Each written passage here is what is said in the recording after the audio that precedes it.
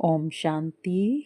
आज बाबा ने मुरली में जो मुख्य मुख्य बातों की तरफ ध्यान आकर्षित करवाया, जो हम बच्चे अभी तक भी मिस्टेक कर जाते हैं, तो बाबा ने उसमें कहा कि बच्चे सर्विस में यानी कि सेवा में सफलता प्राप्त करने के लिए अहंकार को छोड़ हर बात में बाबा का नाम लेना है, जिससे करण करावनहार बाप की याद बनी रहे और इस तरीके से याद में रहकर सेवा करनी है।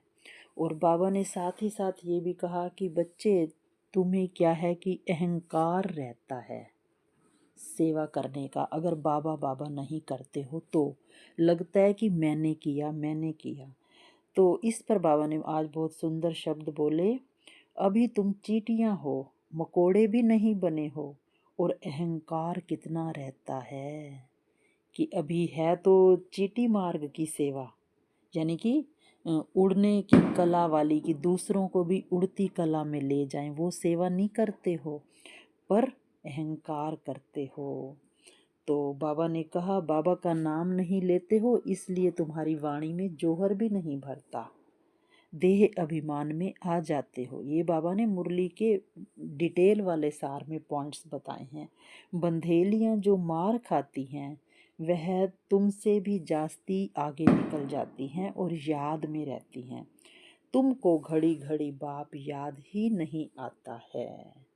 तो बाबा ने साथ ये भी कहा कि बच्चे झरमुई झगमुई में अपना टाइम वेस्ट नहीं करना, सच्चा सच्चा वैष्णव भी बनना है, कोई भी हिंसा नहीं करनी है। क्योंकि बाबा मुरली में अक्सर कहते हैं ना कि डबल अहिंसक बनो। तो हिंसा से बाबा का मतलब होता है अपने रोल को भी पसंद करना है और दूसरों के रोल को भी पसंद करना है।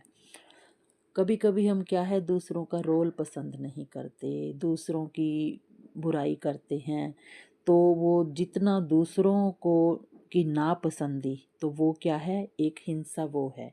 एक है अपने रोल को पसंद ना करना, अपने संस्कारों पर बार बार उंगली उठाना, अपनी संतुष्टता पर उंगली उठाना, अपनी सेवा पर उंगली उठाना, यानी कि अपने आप को पसंद ना करना, अपने से संतुष्ट ना होना।